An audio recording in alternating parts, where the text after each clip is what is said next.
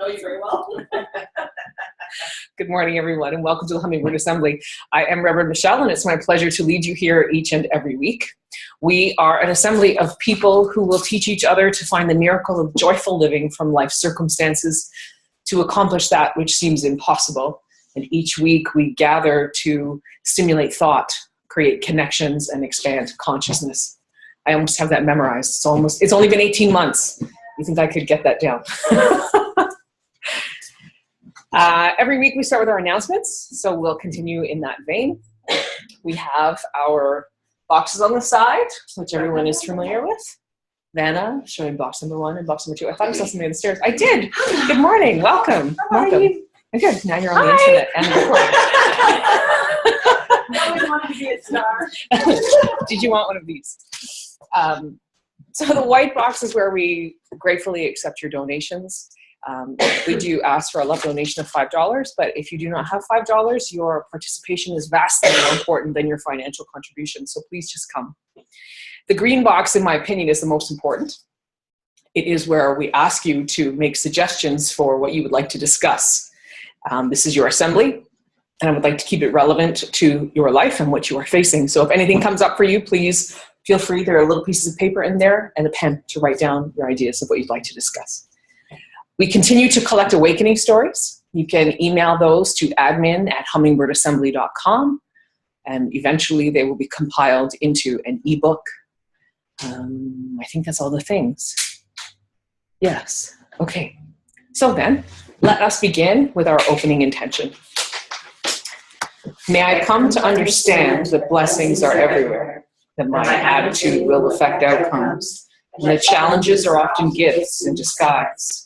May I come to trust that most things can get better with time, that my instincts and gut feelings have value, and that a positive attitude makes things go smoother.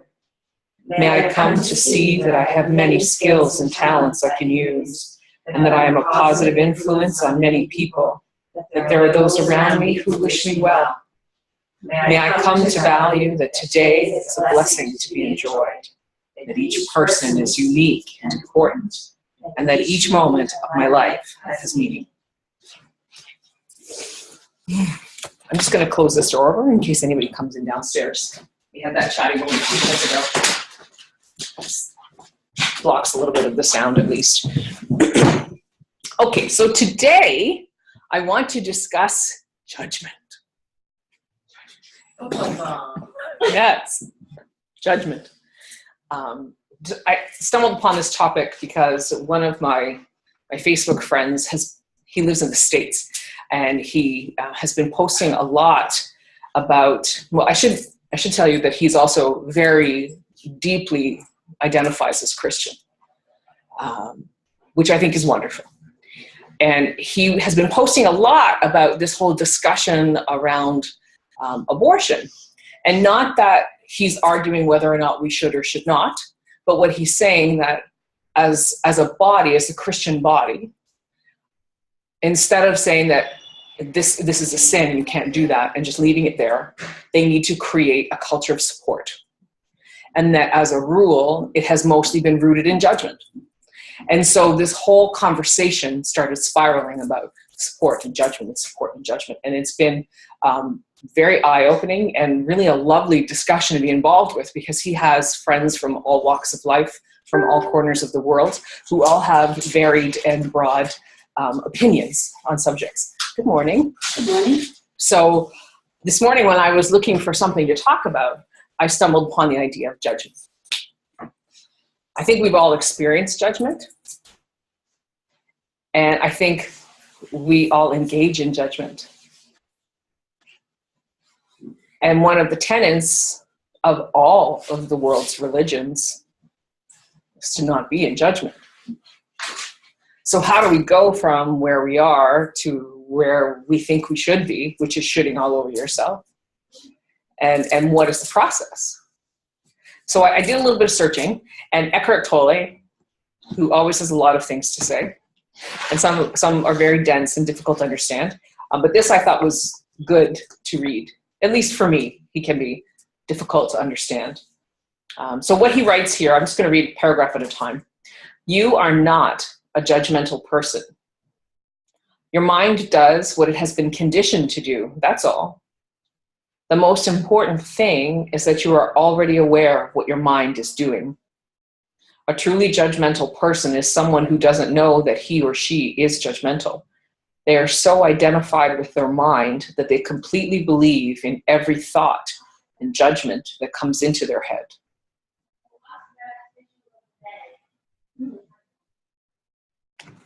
What you thinking? I think you have to read that one again. Oh. Because it's Eckhart Tolle. Yeah. Yeah, I usually read his stuff about 3 times. Exactly. Okay. That's why we're taking this paragraph at a time. You are not a judgmental person. Your mind does what it has been conditioned to do. That's all. The most important thing is that you are already aware of what your mind is doing. A truly judgmental person is someone who doesn't know that he or she is judgmental. They are so identified with their mind that they completely believe in every thought or judgment that comes into their head. So should we break that down even smaller? You are not a judgmental person. You do what your mind has been conditioned to do. That's all. If you think about children, they're the best teachers, really. When we used to live in Toronto, I remember being on the subway with my son Connor, who at the time was like maybe 4 or 5. And a woman got on the train who was very large. And as a large person, I'm always deeply sensitive when I'm in the presence of other large people because, I don't know, I suppose that's my own issues. But she came onto the train and she was head to toe in tattoos and lots of big piercings and very random clothing. So she's someone who is standing out on all levels. And you never know what kids are going to say. And he looked at her and he was like, "Mom, do you see that woman?" And I was like, trying to tamp him down, right? Tamp him down. And he says to me, "She is so beautiful." Wow. Just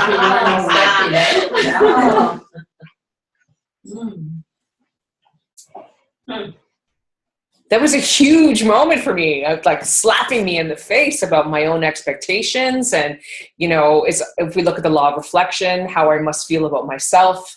And here he is reflecting back to me, actually, you're just beautiful. She is beautiful. He was 4. Which is 5. a judgment. So that's the other part that I want to discuss, right? Yeah. Like, is Eckhart... Well, he wasn't necessarily judging, was he? He was just He was expressing remarking. his joy that he saw a beautiful person. Yes. Yours is true, but it's still a Was a judgment. judgment. It's still a judgment. Is it? Well, Eckhart's position is that judgment is only negative. Because I guess when it's a positive thing, it's an appreciation. Okay. Like when I saw you this morning, I said, "Bev, you are radiant." That wasn't, did you feel like I was judging you? No. Or did you feel like I was appreciating you? Appreciating. Yeah. But I don't necessarily, Right? Yeah. Yeah. I don't always see judgment as being negative. It's still a judgment to me. Judgment is here or there, you know, it's black or white to me. Yes, there are negative judgments, but there are also positive ones. It's verbiage, right? It's verbiage. Yeah, like when you're in a courthouse and the judge makes his ruling, you know, he's judging that this person is Guilty or not, it's still a or judgment. innocent. He's still, you know. Yeah. To me, it's black and white. So, There can be negative or not. but it's probably most often associated with Agreed. negative. Like when you say judgment, you automatically think of, you know, something bad. A negative connotation. Negative. Okay, so to correct what I subscribed to Eckhart a moment ago, what he writes in the next paragraph is that most judgmental thoughts are of a negative kind, of course. Mm-hmm. So he says most, Yeah, not only. That's his perception. But yes, most. You don't think you're having a thought? No? I'm taking it in. You're absorbing, okay. Mhm. And he says the most important thing is that you are aware of what your mind is doing. Mhm. Do you think that's fair? Maybe you explore that a little bit? Like, why is that important?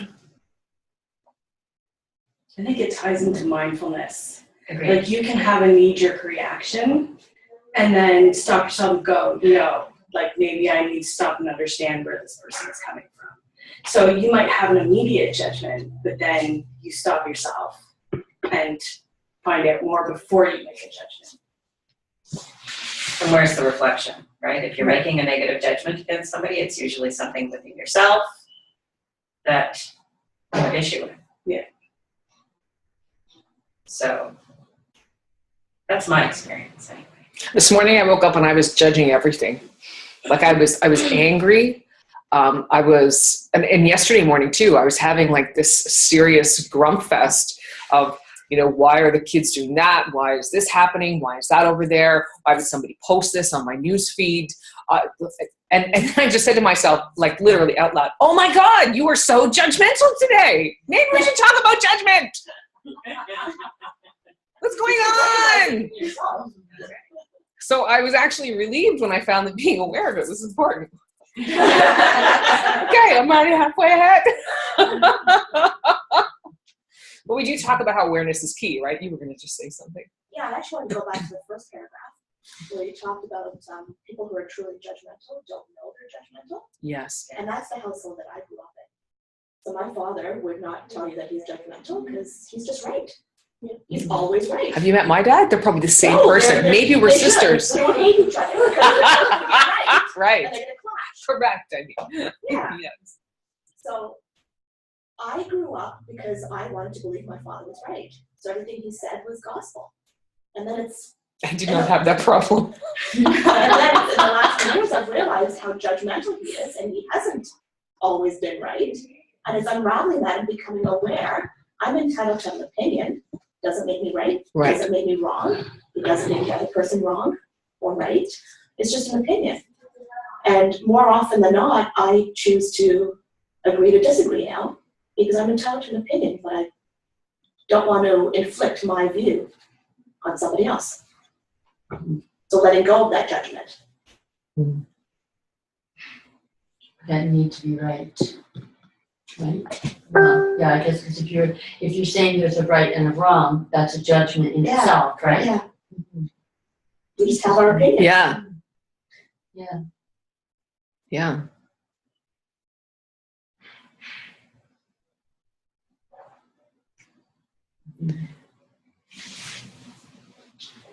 I wonder if this sentence needs some exploration. It's the last sentence of the first paragraph.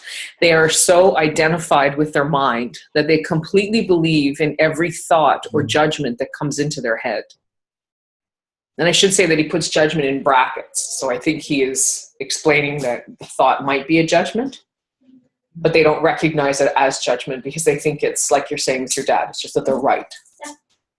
Yeah, can we talk about that? Because I'm dealing with that right now with what I want to speak with you about on Thursday. I'm making huge life steps, and again, my parents tainting me. Their judgments are hindering me from taking the steps that I want to, and again, I'm just being held back because of their judgments holding me back again, because I don't know how to just keep going forward. So how do I push through that kind of thing? That's my issue again. Yeah, I need yeah. to keep my momentum going again. I don't know why I always let this happen. How do we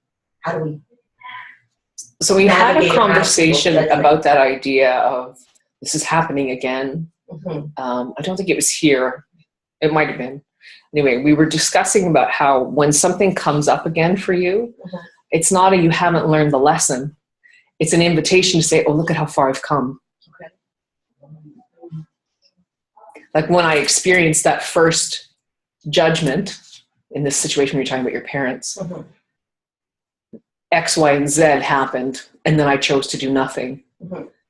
And now I'm experiencing the same judgment, and now I'm wondering, what am I going to do about it? That's a huge difference. Yeah. You're thinking critically that you're allowed to have a difference of opinion, and what do I do now that I don't agree? Yeah. That's huge growth. And it's an opportunity to celebrate Like, ooh, look at how far I've come. I have done really Well, well. I never thought Okay. about it. I was actually down on myself yesterday about it, but Yeah. Yeah. Take it. Take it, because we have to celebrate those small moments.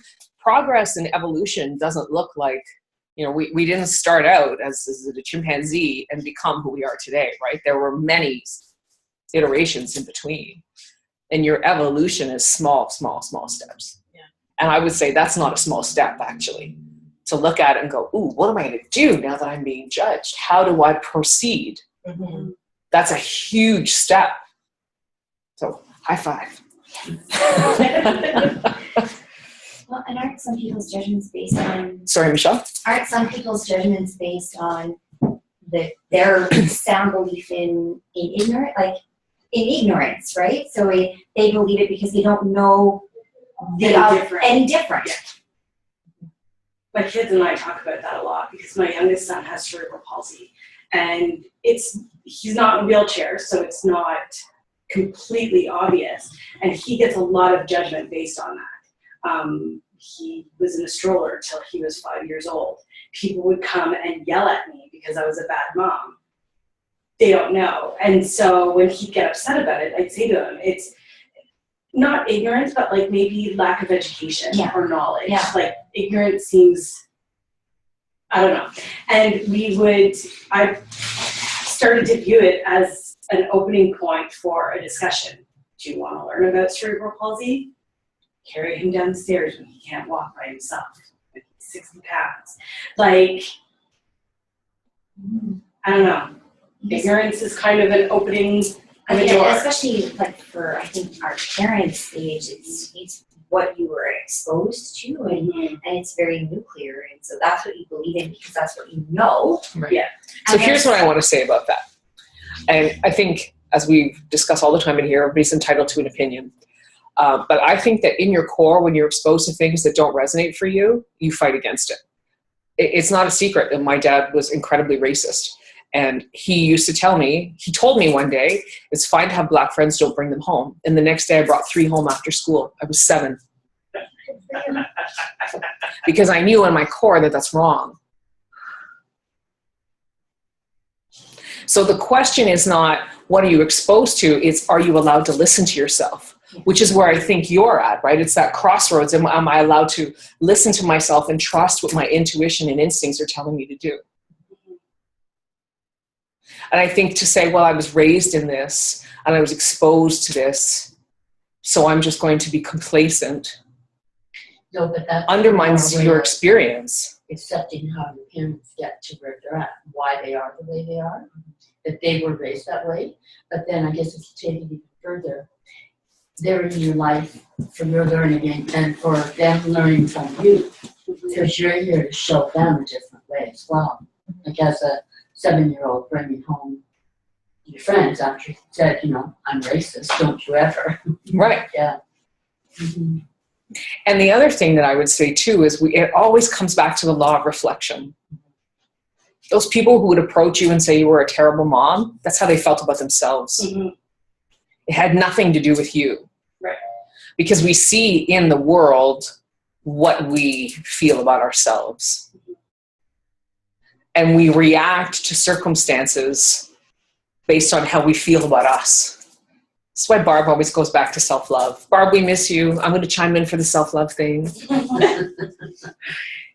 You have to love you.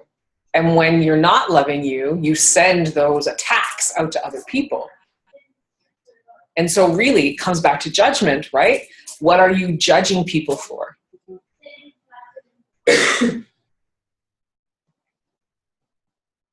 Because that is you.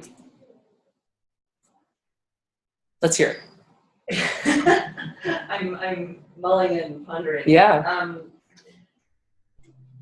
guess it's more of a question. So when you feel a certain way, you feel like circumstances happen or a situation, and you have an opinion on it or a feeling about it. If that feeling happens to be surrounded in negativity, it's called a judgment. But if that feeling happens to be surrounded in happiness, then it's not a judgment. Well, we haven't really settled that question. Yeah. Bev would say that they're both judgments. Right. So, okay, I have a situation that I've been struggling with for the past 3 weeks or so. I feel like I'm completely judging my best friend for something. This is a closed private group. On this Facebook. What? No need to say it, but it's fine. Yeah, the situation is unique. That's a situation with Mike. Oh, there's nobody logged in right now. So if that's any comfort to you. Not that she would be a part of any of this. Yeah. Anyway, so I'll make it a long story short. Best friend for 20 years. You know, if anything great is happening, if anything horrible is happening, she's the one that's right there. Always. We're like this heart, soulmate. So every year, her anniversary and my birthday are on the same. Her anniversary with her husband and my birthday are at the same time, day apart. So every year she's not around for my birthday because she goes away for the weekend with her husband. So this year I specifically said, I'd really love you to be here because I'm throwing myself a birthday party because I haven't had one since I was 8 years old. So I'm throwing myself one to celebrate this last year of Growth. Thank you, growth. Of all this amazing stuff. Yeah. New people, new body, new everything. So I said, you know, are you going away? You know, and if you are, you know, maybe you could sort of, you know, alter the date or, you know, whatever. Just try. I would love you to be here, I said. So she's like, yeah, no problem. I'm going to change. We're not going to go. We're going to go the week before. It's all set. Don't worry. I'm 100%. I'm going to be there. And I was like, oh, thank God. Like, it was a huge, huge thing that this one person out of everybody that I know was going to be at this party that I'm throwing for myself. And now she's not. I called her up to say, okay, so it's at this place, at this time, this is what's going on. All of a sudden it was silence. She says, Tracy, I can't come, I hope you try, I'm going away. And my heart just went, like walrus. It just plummeted. And now I'm judging her, like what a horrible thing to do, right? To me, what a horrible thing to do. Because this person is the person who was there while I was, you know, everything, good and bad. And it's a huge thing for me. So it's funny that you're talking about this judgment thing right now, because I feel like I'm judging her big. Like, she's been an amazing friend in every other way, and we've been through hell and back, and we've lost our friendship, and we've come back, we've broken up and gotten back together. And now she's not going to be there. By her own choice, after telling me that she was, and don't worry about it, and of course I'm going to be there, and I wouldn't miss it. And knowing that she's never been to any other birthday, not that I've had anything to celebrate, but, you know. So I'm having a really hard time with not judging her for this, because what do? Do I weigh 15 years of friendship against this one thing? But this one thing is rocking me to the core. And I'm judging her huge for it. Yeah. And I'm very angry, and I don't want to talk to her. And her excuses about, oh, but this other couple we're going with, she wasn't available this week before because she has a computer course. So can I share you what I think? Yeah, please do. It's very upsetting. Very simply, this goes back to you and your mom. It's exactly that. And you set yourself up for that so that you could have a chance to say either, look at how far I've come, or I'm always going to be this. And right now, you're sliding towards victim, which is understandable because the pain is significant. And the victim wants to say, I'm always going to be this person that nobody cares about. This person doesn't deserve love. This person doesn't deserve a party. And the truth is that you are deeply loved. And you are deeply valued. I know. I'm one of those people. But the interesting thing is... See, as soon as you say but, you negate everything that we've just talked about. It's hard to accept that. Yeah. This one person. The interesting thing about it is we broke up because I got a new apartment when I was getting divorced the first time, and I never told her about it. I never called her and said, and let her be the first person. Oh my God, I'm getting a new apartment. I'm moving out, and this is. It's a codependent relationship. Oh, it was very much so. She was very. But it still upset, is. and I At never this gave her. moment, it still is. Your happiness is dependent upon what she says and does here. That is codependent. It's evolved.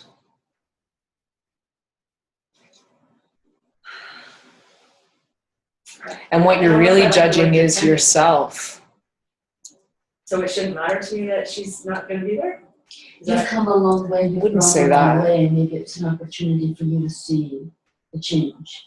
And that sometimes, you pick that one, some people in your life for a reason, a season, a time, there's, but maybe it's not as, maybe she's not as significant in your life today. But you think she as is. might have been before. You have put yourself, you have to give yourself some value, right? What do you value more, her or you?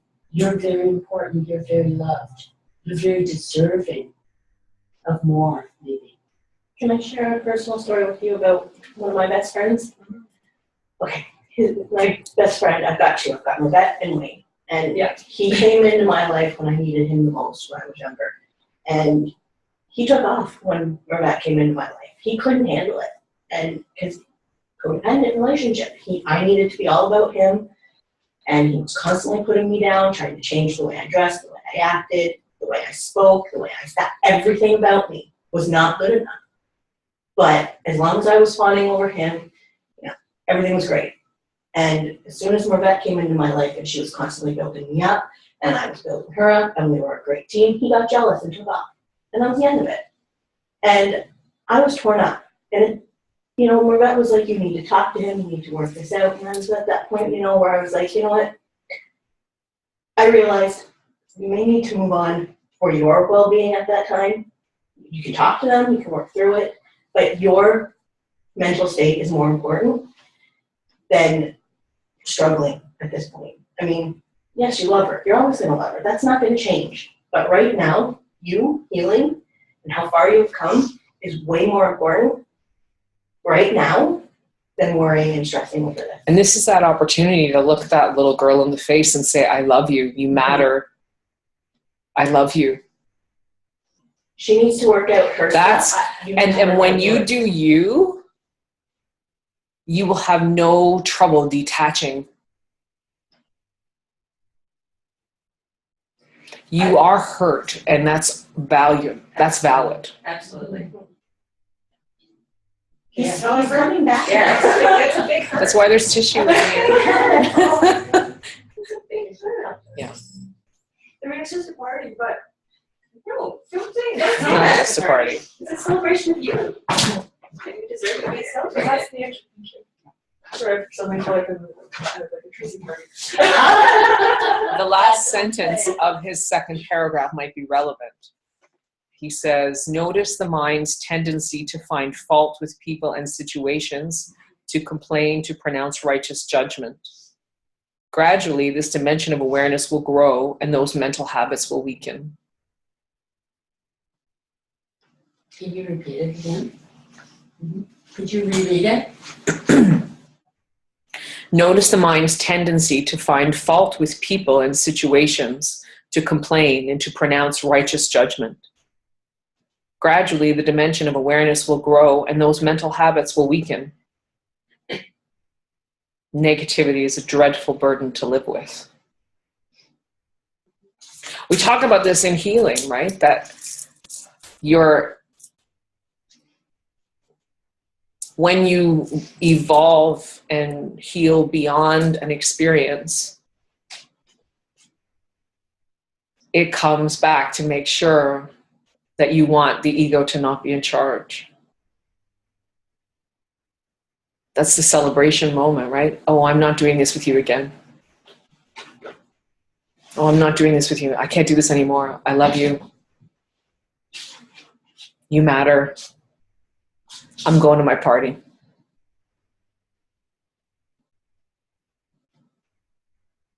The interesting thing is that the reason I'm doing this party thing for myself is because of the different person that I am now. Yeah. It's because of all of the growth that I've had Yeah. and the awakening that I've had.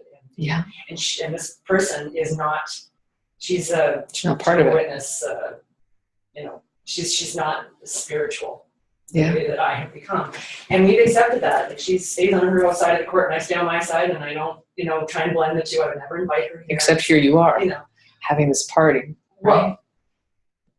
Well, yeah, but that's because With your of new people. me being on this side, right? Like, Yeah, and you're inviting her to that side. That's what I'm. yeah, but I didn't present it as, oh my God, come and join me with all my new friends. No, and, no, like, of you know, course. I It's just come and said, celebrate it's my birthday. I'm turning 45. Yeah. You know, I have all these things to celebrate. Yeah. And it's just that, you know, of all the people on the planet that I would want to be in that room with me is her. Regardless that she's not spiritual or she's not all these things. It doesn't matter because it's not like a spiritual party. You know, it's a party for me, and my sister and I have been in this physical challenge thing, and we're gonna be planking. We're gonna be on the ground of a restaurant on our hands and knees doing the plank challenge. You know, like it's a fun thing. It's a, you know, the people that I've invited that I've only known for 6 months are like, oh my God, yeah, absolutely, I'm there, right? But the one person I've known for 15 years is saying, I'm going somewhere else. And you know what else is interesting about this? I mean, we need to I know. wrap it up. But what's interesting about this is, oh, shoot. You lost it. What you're experiencing, again, it's that how far have I come moment. In the past, the people in your life were allowed to do that. They were allowed to put you down. And I don't mean like to speak negatively about you. I mean to not make you important. They were allowed to say, oh, Tracy doesn't matter. She'll get over it. She's always there. Look at how far you've come.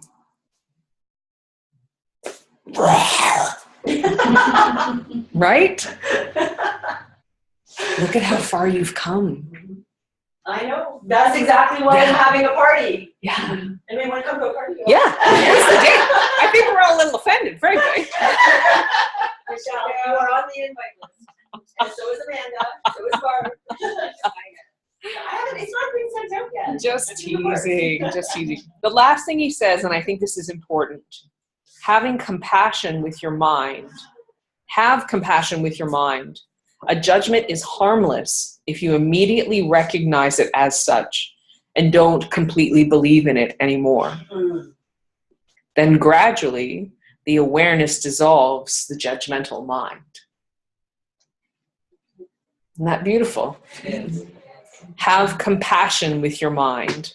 A judgment is harmless if you immediately recognize it as such and don't completely believe in it anymore. Then gradually awareness dissolves the judgmental mind.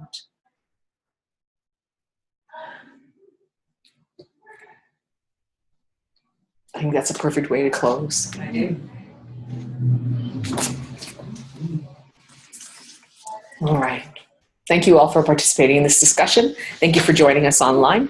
We will not be streaming next week. I can say that for sure. So we'll see you in 2 weeks.